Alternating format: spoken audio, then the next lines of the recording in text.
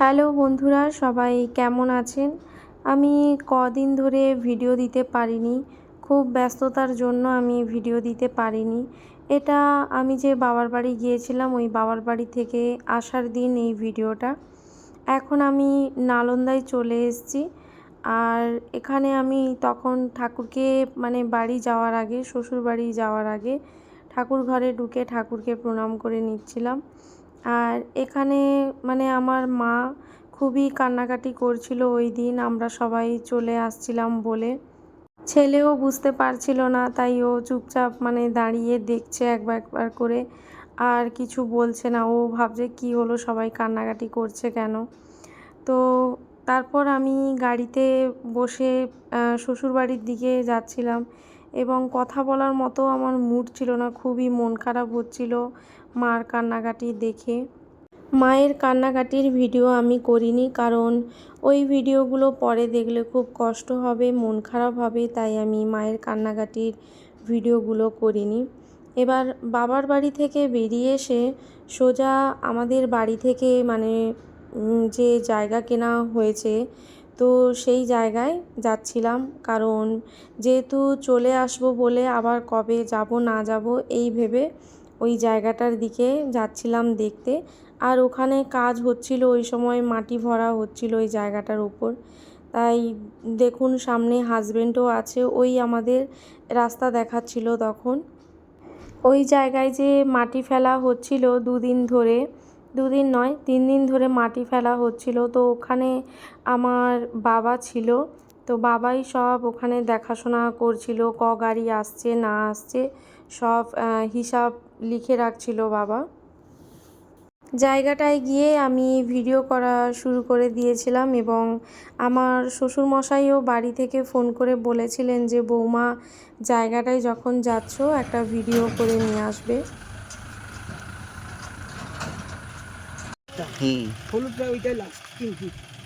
কতক্ষণ চলবে বাবা?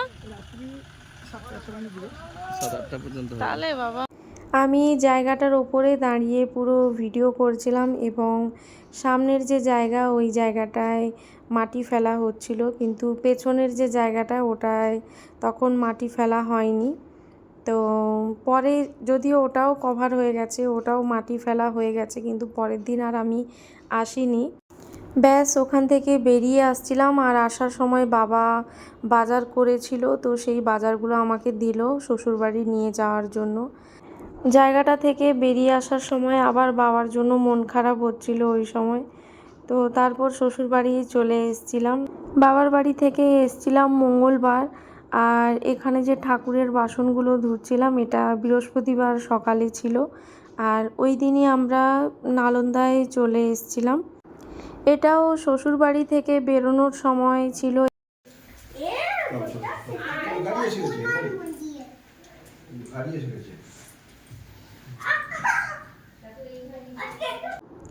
এই সময়টা আসার সময় খুবই কষ্ট লাগে, কারণ বাড়ি যাব যাব কত আনন্দ, কিন্তু বাড়ি থেকে আসার সময় বা আসার দিন একদমই ভালো লাগে না, মন খুবই খারাপ থাকে।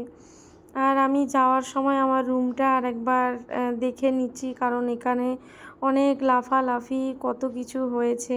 বাই বাই সারো, বাই বাই। হ্যাঁ বাই।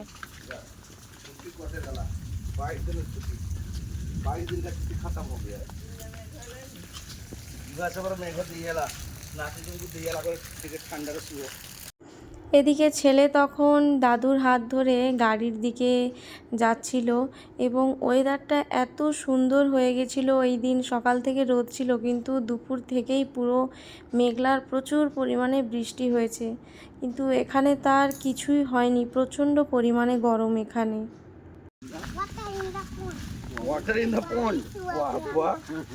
তা দাদু শিখিয়েছে এটা। এই ইচ্ছা করে কাদা জলে যাচ্ছ কেন তুমি? টানছিস কেন তো দাদুকে কাদা জলে? আর দেখো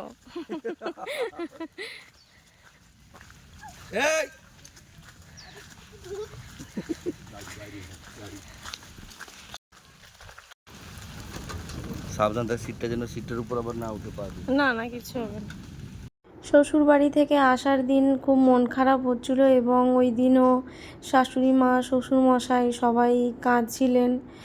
আর আমি সেই ভিডিও করিনি, কারণ ওই যে বললাম আমি ওই ভিডিও করলে আমার মন খারাপ হয়ে যাবে, পরে দেখলে ওই ভিডিওগুলো খুব কষ্ট হবে, তো এই জন্য আমি ভিডিওগুলো করিনি। এরপর আমরা সোজা ওখান থেকে জলেশ্বর যে স্টেশন আছে ওইখানেই যাচ্ছিলাম, কারণ প্রত্যেকবারে আমরা হাওড়া হয়ে আসি, কিন্তু এইবারে আমরা জলেশ্বর হয়ে এসছি। জলেশ্বর স্টেশনটা বাড়ি থেকে অনেকটাই কাছে, আর হাওড়া স্টেশনটা বাড়ি থেকে মানে 4-5 ঘন্টা জার্নি করার পর তারপরে গিয়ে ট্রেন, তো এই জন্য এটা কাছে বলে আমরা জলেশ্বরে ট্রেন টিকিট কেটে এসছি এইবারে। ট্রেনটা আমাদের 4:15 আছে, আমরা তার 20 মিনিট আগে পৌঁছে গিয়েছিলাম এখানে।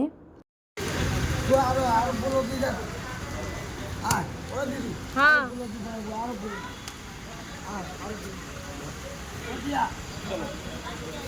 চলো চলো চলো।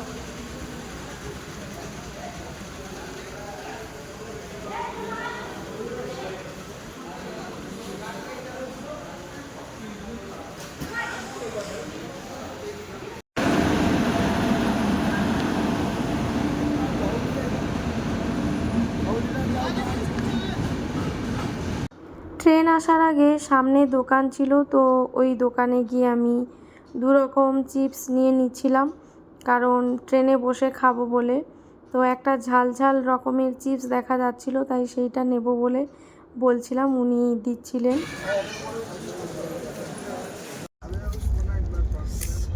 এই সুন্দর হাজবেন্ড ট্রেনে উঠে কফি খেতে খেতে ওই সময় গান শুরু করে দিয়েছিল।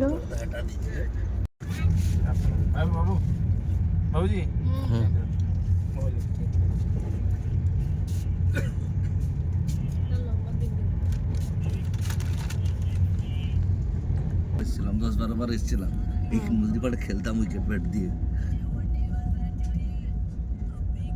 হাজবেন্ড এখানে পড়াশোনা করেছিল এবং এখানে যে খেলতে আসতো সেই সব কথা বলে যাচ্ছিল এবং আমি শুনছিলাম সেইগুলো। মানা চলে আসবে কিছুদিন পর, এখানকার বাসিন্দা হবে।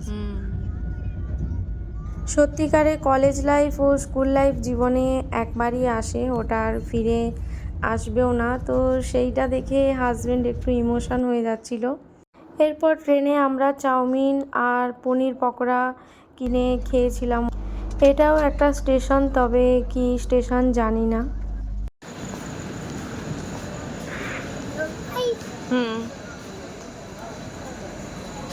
চল। আমরা ওই দিন ট্রেন থেকে নেমেছিলাম, আপনাদের দেখালাম, রাত 2টোয় ট্রেন থেকে নেমেছিলাম। 3:30 বেজে গেল।